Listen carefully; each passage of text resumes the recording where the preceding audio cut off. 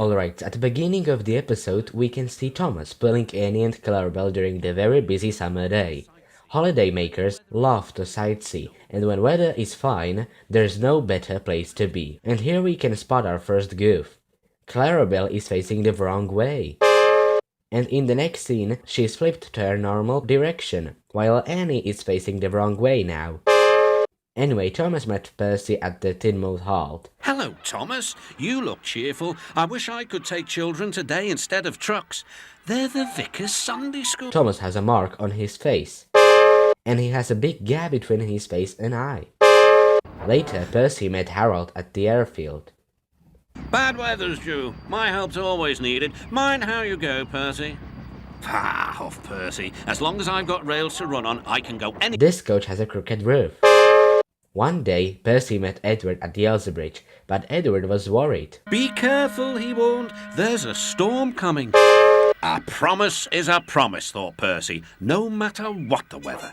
Dark cloud loom ahead. Annie and Clarabelle were happy Percy arrived in time. Percy set off.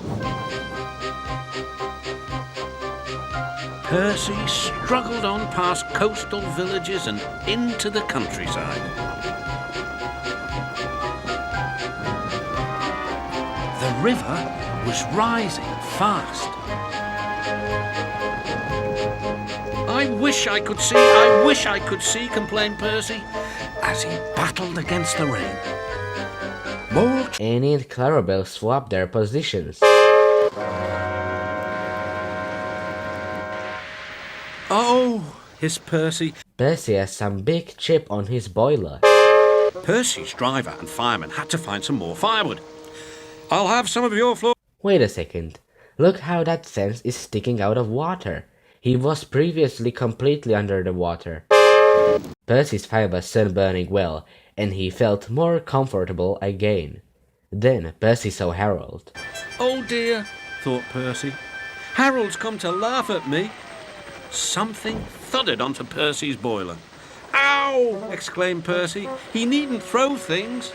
It's a parachute, laughed his driver. Look how that fencing wood got shorter. Previously it was very long.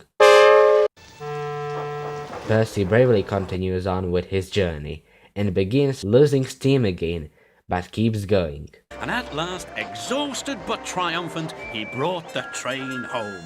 Well done, Percy, cheered Thomas. You kept your promise despite everything. Look how dirty he looks from the water. It's supposed to show how deeply was Percy during the flood, but it is kind of wrong. When Percy was in water, the water was rising until his buffer beam, but now Percy looks like the water was rising until his nose. Harold told me you were a wizard. He says he can beat you at some things, but not at being a submarine. I don't know what you two get up to sometimes, but I do know that you're a really useful engine.